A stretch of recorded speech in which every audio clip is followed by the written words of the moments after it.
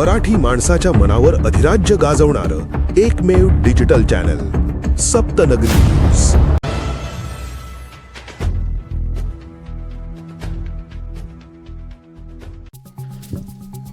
विविध मागण्यांसाठी रास्ता रोको आंदोलन।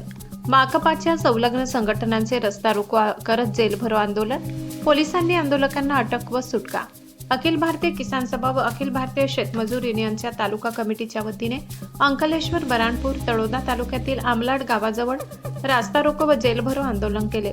यावेळी शेतकरी, शेतमजूर व कामगार यांच्या प्रमुख मागण्यांचे निवेदन तळोदा तहसीलदारांना धिवरे साहेब यांना देण्यात आले।